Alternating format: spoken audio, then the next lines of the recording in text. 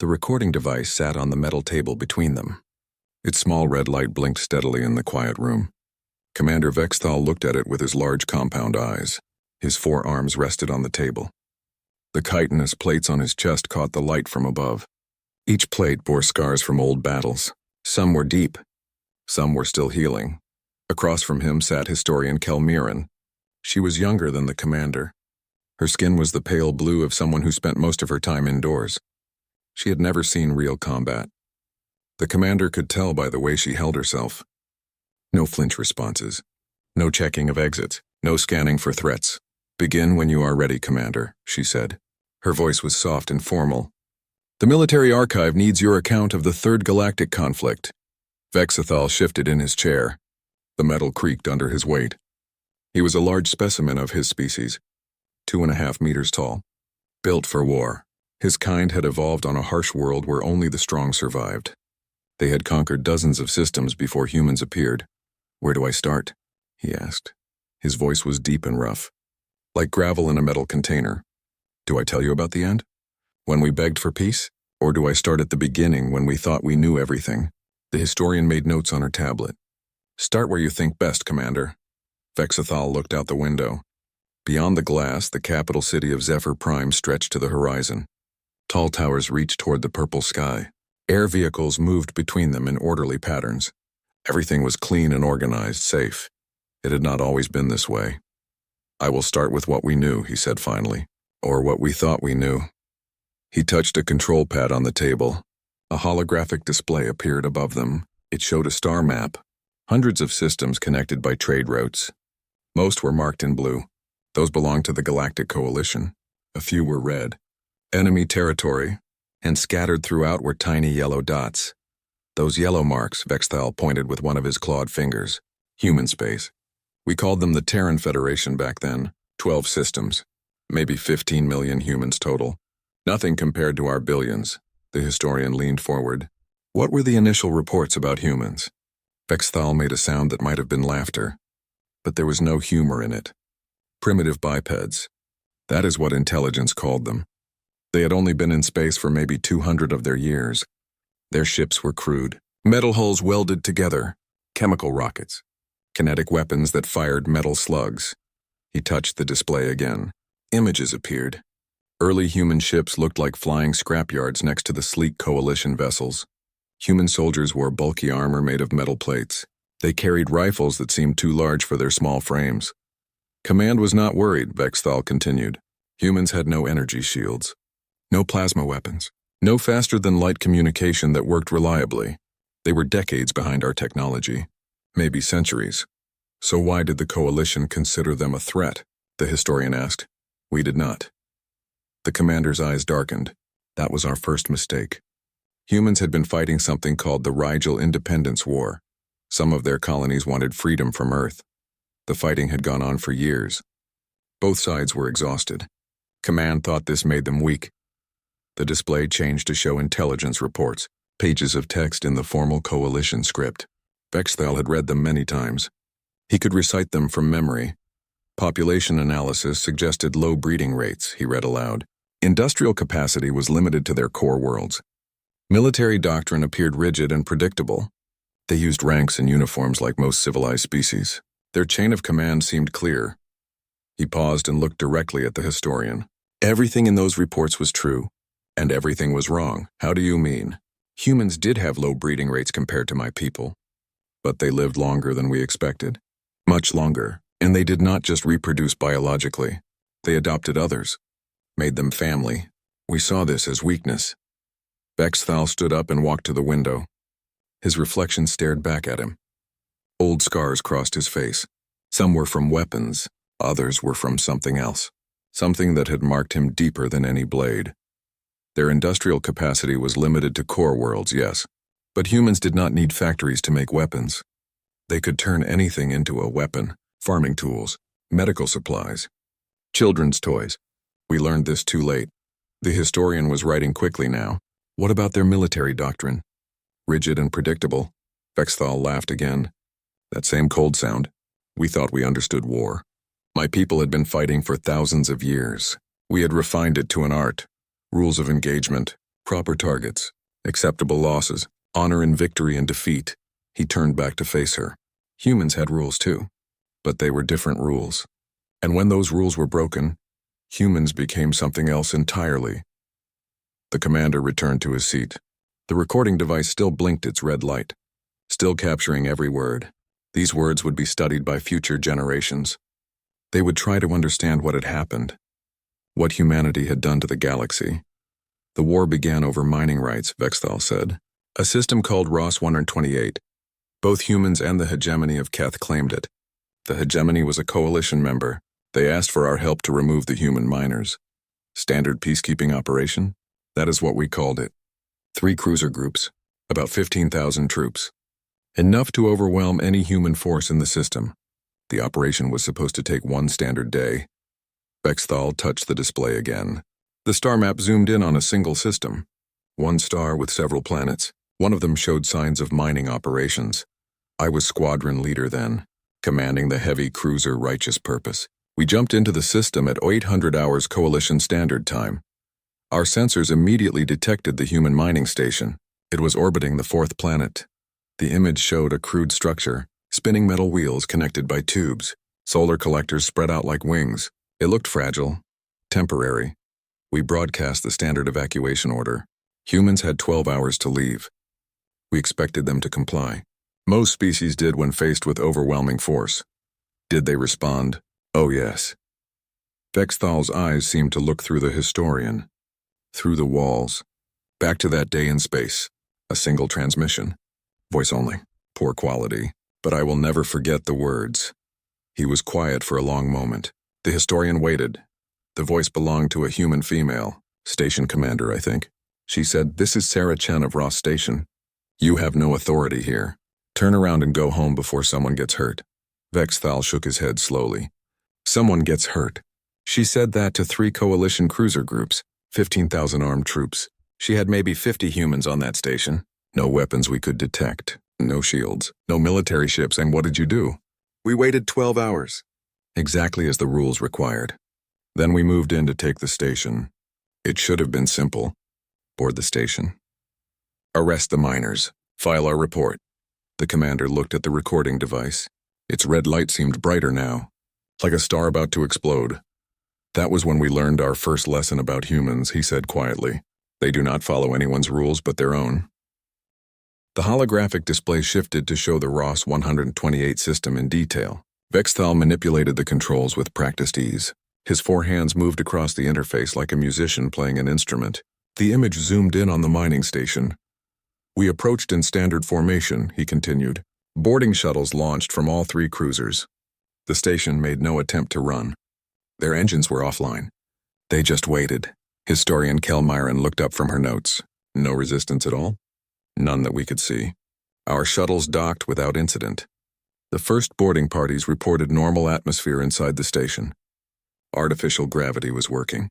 Life support was green across all sections. Vexthal paused. His compound eyes flickered with something that might have been regret. Or fear. Then the explosion started. The display changed to show tactical reports.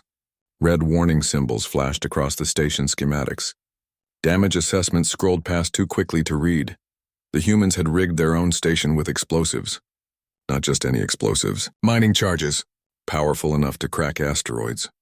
They waited until our troops were inside. Then they started setting them off. The historian stopped writing. They destroyed their own station? Section by section. They herded our boarding parties into the central hub. Then they sealed the blast doors and began systematic detonation of the outer rings. Our troops were trapped. Vexthal stood again. He walked to the window but did not look out. Instead, he stared at his reflection in the glass. The scars on his face seemed deeper in the artificial light. I was monitoring from the bridge of Righteous Purpose. The communications from our boarding parties became difficult to hear. They were reporting impossible things. What kind of things? Humans fighting with tools, mining equipment used as weapons, and the sounds they made. Vexthal shuddered. His chitinous plates clicked together. They were not sounds of fear. They were sounds of joy. The commander returned to his seat. The recording device continued its steady blinking, like a heartbeat, like a warning. The station commander, Sarah Chen, opened a communication channel. Her image appeared on our main screen. She was standing in what looked like the station's command center. Behind her, we could see explosions through the windows. Her own station was dying around her. What did she say? She was smiling.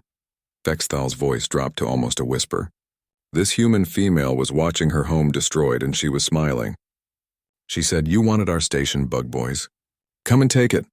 The historian made notes, but her hand was shaking slightly. Bug boys?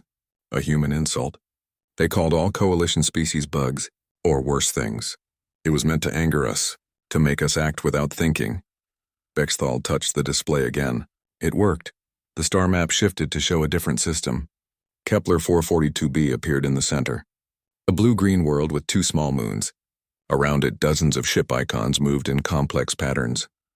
After Ross Station, Command decided humans needed to be taught proper respect. The Battle of Kepler 442b was meant to be that lesson. A human colony world with maybe 2 million people. We brought a full battle fleet, 40 ships, 200,000 troops.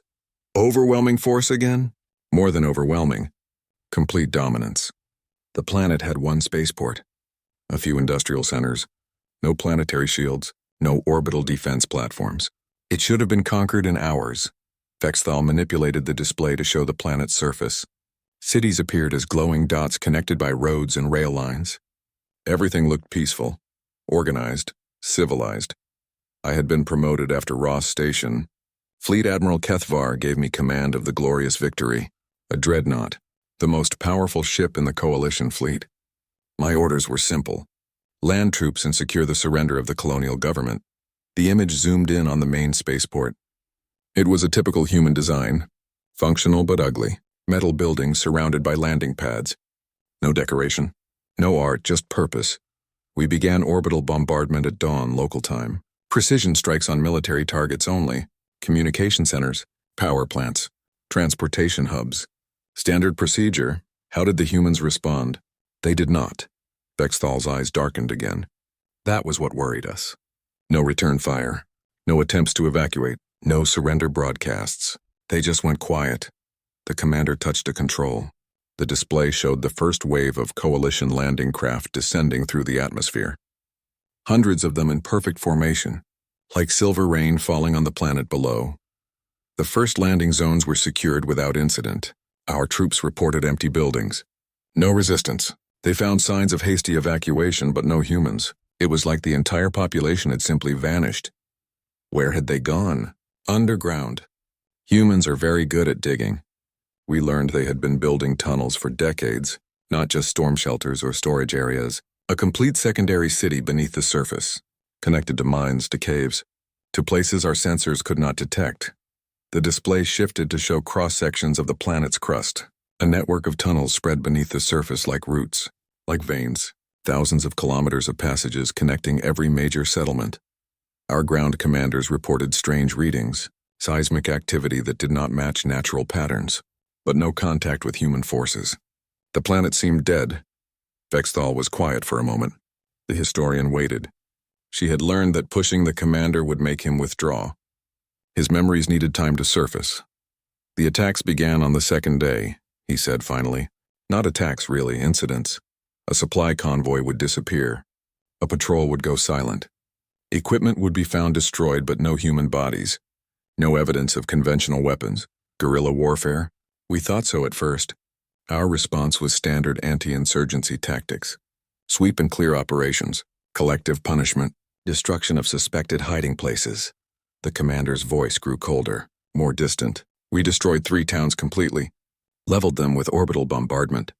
Command thought this would bring the humans out to negotiate. Did it work? It made them angry. Vexthal stood up again. This time he moved to the other side of the room, away from the window, away from the recording device. We learned that angry humans are very different from frightened humans. The display changed to show tactical reports from the surface. Damage assessments. Casualty lists. The numbers kept growing. On the 3rd day, they started taking prisoners. Our troops would vanish during patrol, sometimes alone, sometimes in groups. We would find their equipment scattered in the tunnels, but no bodies.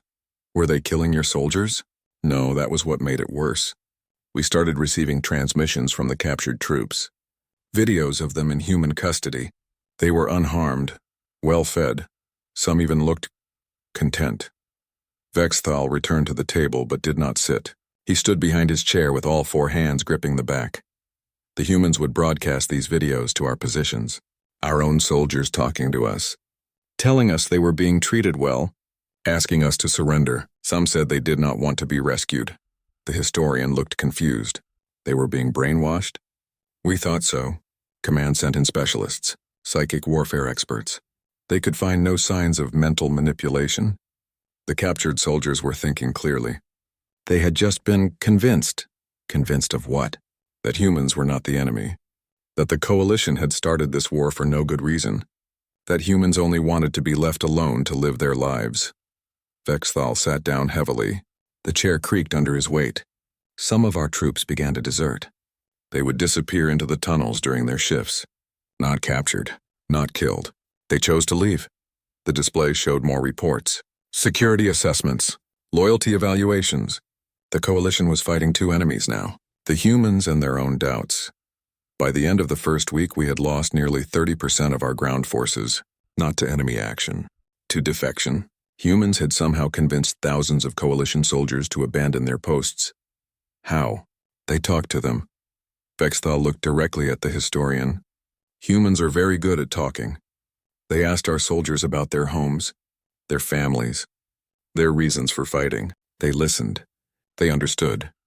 The commander manipulated the display one more time. It showed a final image. Coalition transports lifting off from the planet's surface, retreating. On the 8th day, Admiral Kethvar ordered a full withdrawal. We left Kepler 442b with less than half our original force. The humans let us go. They even returned our captured soldiers. Most of them. Most? Some chose to stay. They had found something on that planet. Something worth more than military honor or species loyalty. Vexathal's voice was barely audible now. They had found what humans call hope. The recording device continued to blink, red light reflecting off the commander's scars, marking this moment, this confession. That was when Command realized we were not fighting a normal war, he said. We were fighting something we had never encountered before. Something that could turn our greatest strength against us. What strength? Our belief that we were right.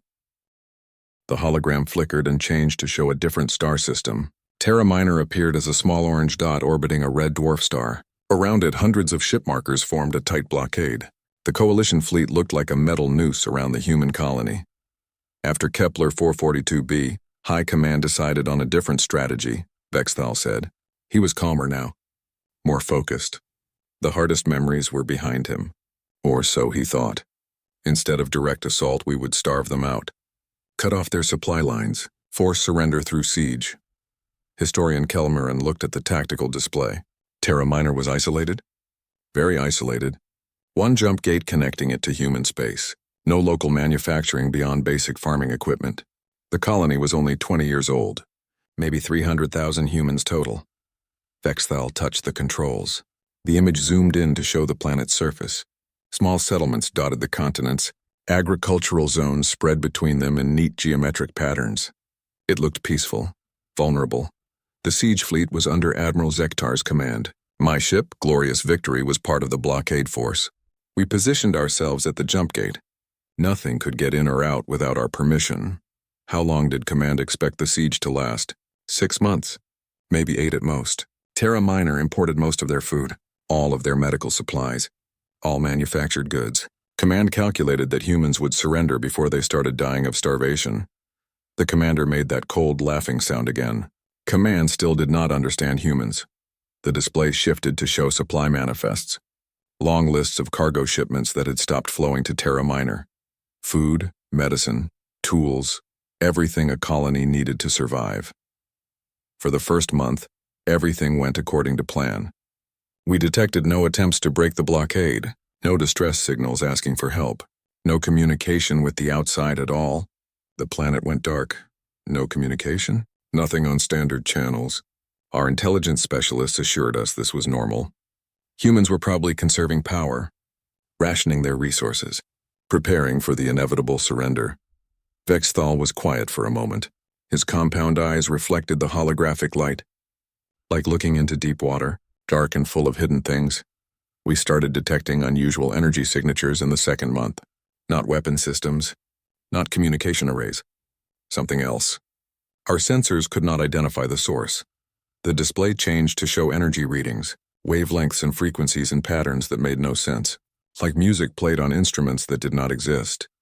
The science teams thought it might be industrial activity, humans trying to build something with limited resources. We were not concerned. What could they build that would threaten a siege fleet?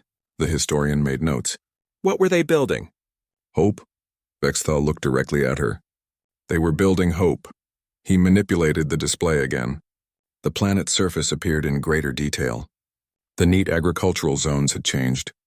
New structures appeared between the settlements. Strange shapes that did not match any known architecture. Humans began modifying their farming equipment. Irrigation systems became communication networks. Tractors became mobile power stations. Grain silos became launch platforms. Launch platforms for what? Everything. The commander's voice carried a mix of admiration and horror. Humans took their harvest and turned it into weapons. Grain containers filled with metal fragments.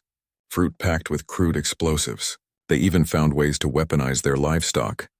The display showed surveillance footage from coalition reconnaissance drones. Humans moving between their settlements in vehicles that looked like farm equipment, but moved like military transports. Working in groups to build structures that served multiple purposes.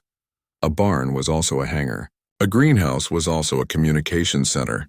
A school was also a weapons factory. Everything had two purposes. Maybe three. We could not target their military infrastructure because their military infrastructure was also their civilian infrastructure. Vexthal stood and walked to the window again. But this time he looked out at the city below.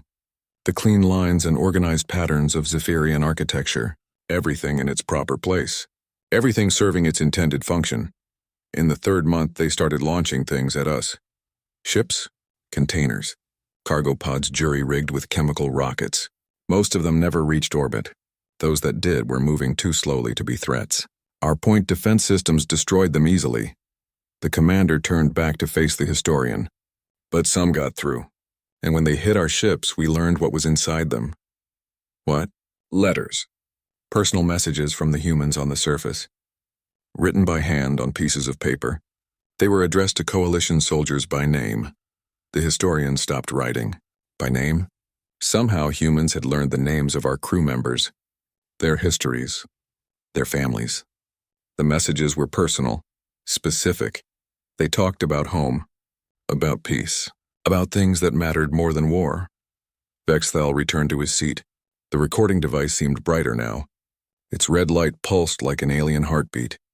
The letters had effects we did not expect. Crew members would read them and become quiet, thoughtful. Some would show the letters to their friends. Others would hide them. But word spread through the fleet. What did the letters say? Different things to different people. But they all carried the same message. That humans understood what it was like to be far from home, fighting a war that might not have a good reason, missing family, questioning orders.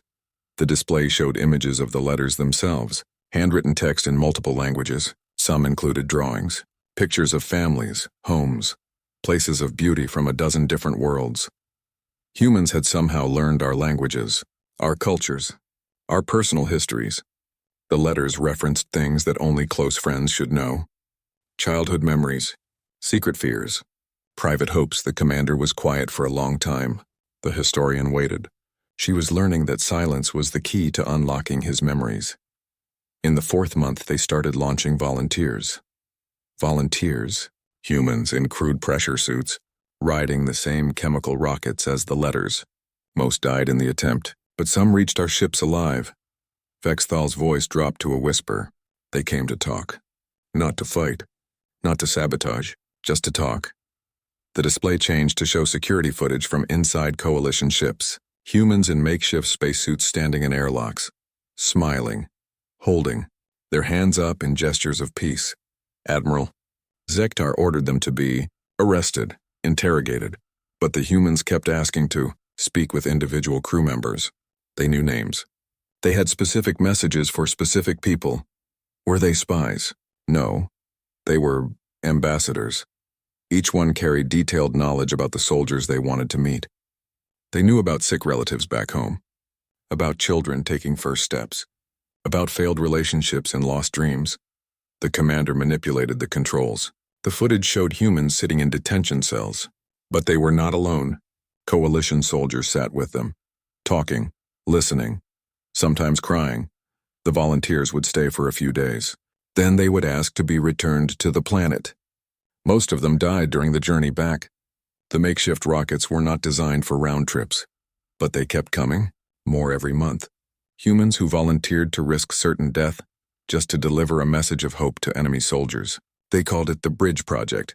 Vexthal stood up again. This time he moved to a different part of the room. Away from the display, away from the evidence of what he was describing. By the 6th month, morale in the siege fleet was problematic. Crew members were requesting transfers. Some were refusing orders. A few had complete mental breakdowns. The letters were working? The letters were working. But it was more than that.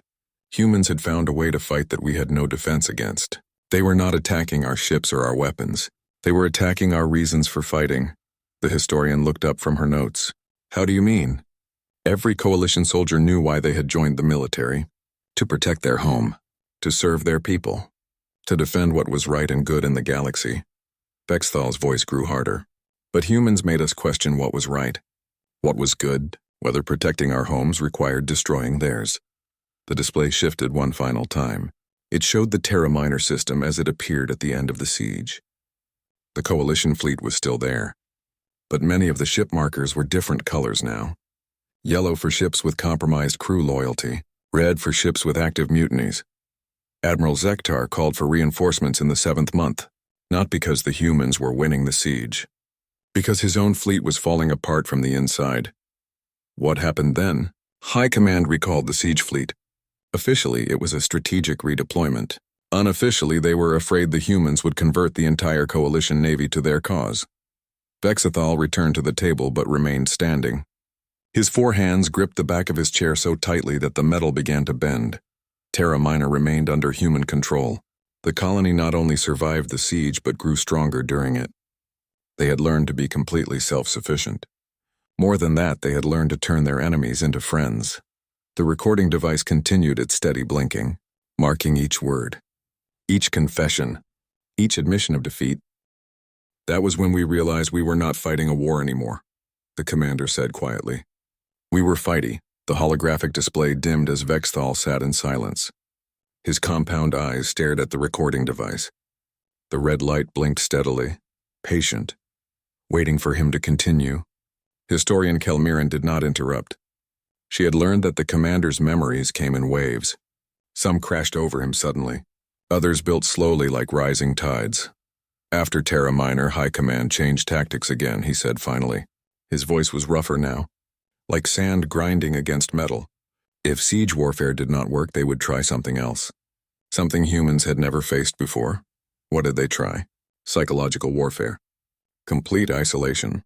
We would cut off small human groups from all support, leave them alone in hostile territory, let fear and desperation break them. Vexthal touched the display controls. The star map shifted to show the frontier regions where human space met coalition territory. Dozens of small systems marked in red, contested zones where the rules of war became suggestions.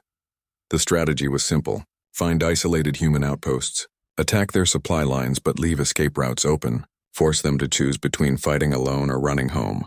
Most species chose to run, but not humans. Humans do not run. The commander made that cold sound that might have been laughter. They dig in. They adapt. They find ways to turn disadvantages into advantages.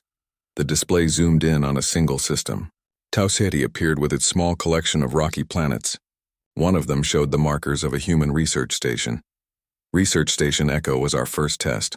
37 humans studying plant genetics. No military value. No strategic importance. Just scientists trying to grow food on alien worlds. Vexthal manipulated the image to show the station itself. A collection of domed buildings connected by enclosed walkways. Greenhouse modules spread around the main complex like metal flowers. It looked peaceful, harmless. We cut their communication array, destroyed their supply depot, disabled their transport ship. Then we waited 3 months for them to surrender. Did they? They sent us a message after 2 weeks. The commander's eyes flickered with something that might have been respect. Video transmission from their station commander.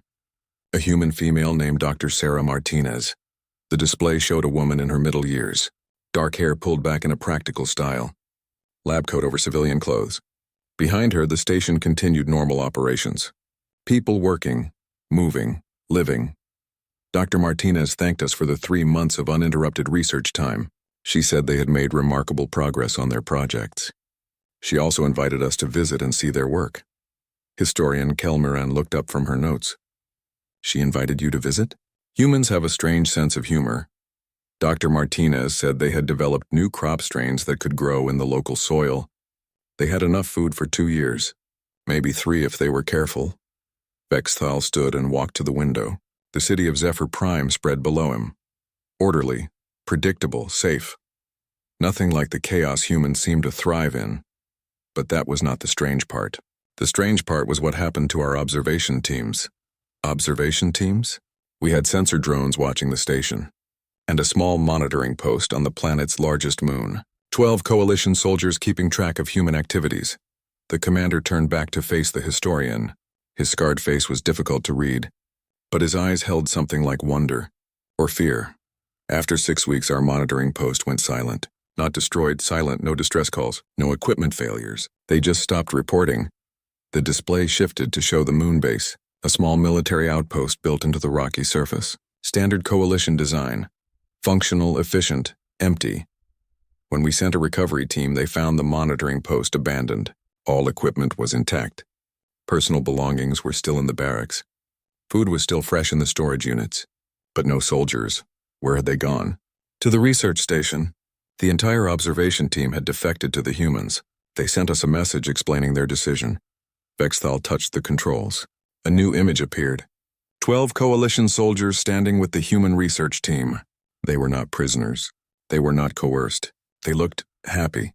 The team leader was Sergeant Krillvex, a decorated veteran with 15 years of service. His message was very simple. He said the humans had offered them something the coalition never had. What? A purpose worth fighting for. The humans were not just growing food. They were trying to solve hunger. For everyone. Every species. Every world. The commander sat down heavily. The chair protested under his weight. Dr. Martinez had shown our soldiers what they were really doing. Creating crops that could grow anywhere. In any soil. Under any sun. They wanted to feed the galaxy. That convinced trained soldiers to defect? Humans are very persuasive when they believe in something. They do not just argue with words. They show you their work, their dedication, their willingness to sacrifice for others. Vexthal was quiet for a moment. The recording device continued its patient blinking. Red light marking time, marking truth. Sergeant Krillvex had grown up on a poor world. His family had known hunger. Real hunger. When the humans showed him plants that could grow in toxic soil, that could survive radiation, that could feed millions. The commander's voice trailed off. He saw a way to help his people. He saw a way to help everyone's people. That is what humans do. They make you think bigger than your own species, bigger than your own problems. The display changed again. This time it showed multiple systems. Dozens of isolated human outposts marked with red coalition warning beacons. The psychological warfare campaign had spread across the entire frontier. High Command escalated the operation. If one research station could turn our soldiers, we would avoid direct contact. Long-range bombardment only. Destroy the humans from a safe distance. Did that work better? For a while. We destroyed 17 human outposts in 6 months. No coalition casualties, no defections. The strategy seemed sound. Vexthal manipulated the display to show battle reports, tactical summaries marked as successful operations. Clean, efficient, deadly. But humans had learned something important about us. We were not as unified as we pretended to be. Each coalition species had its own motivations, its own fears, its own reasons for fighting. The historian made notes quickly. They exploited those differences. They understood those differences. There is a distinction. Exploitation suggests manipulation. What humans did was more like therapy. The commander stood again. This time he moved to a different part of the room, away from the display, away from the evidence of his failures. After we destroyed the research station at Tau Ceti, We started receiving messages, not just from humans, from other species. Some were coalition allies asking why we had attacked a food research facility. The humans had been sharing their work, broadcasting it to everyone. Every species in known space could access their research data. They were giving away scientific breakthroughs that could have made them rich or powerful. Vexthal's voice grew softer, more distant. Some of our own scientists began asking questions. Why were we destroying facilities that could help feed hungry worlds? Why were we attacking people who were trying to solve universal problems? The display showed communication logs, messages between coalition worlds, scientists, farmers, common citizens, all asking the same questions. The humans had done something unprecedented. They had made the war personal for billions of people who had never heard a shot fired in anger. How do you mean? Every species in the galaxy has hungry people. Worlds that cannot grow enough food. The humans offered solutions to those problems. When we destroyed their research, we were not just attacking humans. We were attacking hope. The commander returned to his seat, but he did not sit down. He stood behind the chair with all four hands gripping the metal back. Public opinion began to shift. Coalition worlds started questioning the war. Some demanded that their governments negotiate with humans. Others threatened to withdraw from the coalition entirely. The humans were winning without fighting. They were winning by making the war about something bigger than territory or resources. They made it about the future of the galaxy itself. Vexthal finally sat down. The chair creaked ominously but held his weight. High Command realized they had made a critical error. They had given humans exactly what humans are best at using, which was time. Humans are very good at using time. Every day the war continued. More people learned about human research.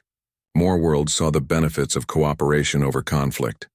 The display shifted to show public opinion polls from across coalition space, support for the war dropping steadily, protests on multiple worlds, political leaders calling for peace negotiations. In the 8th month of the psychological warfare campaign, something unprecedented happened. 3 coalition member species formally withdrew their military support. The historian looked up sharply. They left the coalition? They refused to continue fighting humans. The Veltari said humans had helped them solve a food crisis on their homeworld. The Zinkari credited human agricultural techniques with preventing famine on 6 of their colonies. Vexthal's compound eyes reflected the holographic light, like looking into deep water, dark and full of hidden an idea. The holographic display went dark. Vexthal sat in the quiet room with only the recording device for company. Its red light blinked steadily, like a pulse, like a countdown to something inevitable. Historian Kelmiran waited. She had learned patience during these interviews. The commander's final memories were the hardest ones to share. The formal end came without ceremony, he said finally. His voice was barely above a whisper. No great battles. No dramatic surrenders. Just a message from High Command to all fleet commanders. Cease hostilities immediately. Return to home ports. Await further orders. When was this? 11 months after the war began. But it felt like years. The humans had changed everything in less than 1 standard galactic year. Vexthal touched the display controls with 1 finger. The star map reappeared, but it looked different now. Human space had expanded, not through conquest but through invitation. Dozens of systems now showed joint human coalition administration. The peace negotiations took place on a neutral station. Deep space. No military ships allowed within 10 light years. The humans insisted on that condition. Why? They said they wanted to talk without anyone feeling threatened. That weapons made honest conversation impossible. The commander made that sound that might have been laughter. We should have known then what they were planning. The display zoomed in to show the negotiation station. A simple structure built specifically for the talks. No impressive architecture. No symbols of power. Just meeting rooms and living quarters. I was not part of the negotiation team, but I was assigned as military liaison. My job was to answer technical questions about coalition fleet capabilities. Historian Kelmiran looked up from her notes. What were the humans like in person? Smaller than I expected. Most of them barely reached my chest height, but they moved with confidence, like people who knew exactly what they wanted and how to get it. Vexthal stood and walked to the window. The city of Zephyr Prime stretched to the horizon. Clean lines, ordered patterns, everything in its designated place. The lead human negotiator was an older female named Ambassador Elena Vasquez. She had gray hair and laugh lines around her eyes. She looked like someone's grandmother, not like a representative of a military power that had just defeated the entire coalition. What did she want? That was the terrifying part. She did not want anything we expected. No reparations, no territory, no formal surrender. The commander turned back to face the historian. His scarred face was difficult to read, but his eyes held something like wonder or fear. Ambassador Vasquez said humans wanted 3 things. First, immediate humanitarian aid for any world that needed it. Second, joint research projects to solve common problems. Third, cultural exchange programs. Those seem reasonable. They were more than reasonable. They were generous. Too generous. Vexthal returned to his seat but remained standing behind the chair. Coalition negotiators kept waiting for the real demands. The hidden costs. The trap. Was there a trap? Yes, but not the kind we expected. The trap was that humans meant exactly what they said. They wanted to help. They wanted to share. They wanted to learn. The display changed to show the treaty documents, page after page of agreements, trade arrangements, research partnerships, educational exchanges. It looked more like a business plan than a peace treaty. The first humanitarian mission launched 1 week after the treaty was signed. Human ships carrying medical supplies to worlds hit by the Rigel plague. They asked for nothing in return. Vexthal was quiet for a moment. The recording device continued its patient blinking. Red light marking each word, each admission, each confession of defeat. The medical supplies were followed by agricultural teams, engineers, teachers, scientists, thousands of humans volunteering to work on coalition worlds, to help with problems that had nothing to do with the war. Were they spies? We thought so at first. We monitored them constantly, recorded every conversation, analyzed every action. We found no evidence of espionage, no hidden agendas, no secret missions. The commander sat down heavily. The chair groaned under his weight but held. The humans were exactly what they appeared to be. People trying to help other people. That terrified you? That terrified everyone. A species that powerful should have demanded tribute, submission, recognition of their superiority. Instead, they asked how they could be useful. The display shifted to show population statistics, movement patterns, immigration records, numbers that told a story of galactic change. Within 6 months, 3 million coalition citizens had requested transfer to human space, not as refugees or prisoners, as immigrants. They wanted to live in human society. Historian Kelmiran made notes quickly. Why? Humans offered something no other species had ever provided. A chance to be part of something larger than yourself without losing who you were. Vexthal manipulated the display to show cultural integration reports, coalition species learning human languages, adopting human customs, but also teaching humans their own traditions, creating something new, something unprecedented. The humans had a phrase for it: unity in diversity. The idea that differences made a community stronger, not weaker. How did coalition governments respond? Badly. Many worlds tried to restrict emigration to human space. Some threatened to execute citizens who applied for human citizenship. Others imposed economic sanctions on worlds that traded with humans. The commander's voice grew colder, more distant. It did not work. You cannot stop an idea whose time has come, and humans had proven their ideas worked better than ours. The display changed to show economic data, trade patterns, development indices. Human space was growing rapidly, not through military expansion, but through voluntary association. By the first anniversary of the peace treaty, 12 coalition worlds had formally requested admission to the Terran Federation, not as conquered territories, as equal partners. Did the humans accept them? After careful evaluation, humans insisted that new members demonstrate commitment to their principles: nonviolence, cooperation, respect for individual rights. Vexthal stood again. This time he moved to a different part of the room. Away from the display, away from the evidence of what humanity had accomplished. Some coalition worlds could not meet those standards. Their governments were too corrupt. Their societies too divided. Their histories too violent. What happened to those worlds? Humans offered to help them change, not through conquest or occupation. Through education, through example, through patience. The commander was quiet for a long time. The historian waited. She knew the story was approaching its end. The most difficult part to tell. 2 years after the peace treaty, I received new orders. Not from Coalition High Command, from the Terran Federation Ministry of Defense. They gave you orders? They offered me a position. Military advisor to the Federation Defense Force. My job would be to help train human officers in Coalition military doctrine. Vexthal's compound eyes reflected the holographic light, like looking into deep water, dark and full of hidden truths. I accepted the position, not because I had to, because I wanted to, because humans had shown me something I had never seen before. What? A way to be a soldier without being a killer. A way to serve honor without destroying enemies. A way to protect what you love without hating what you fear. The display showed training facilities on human worlds.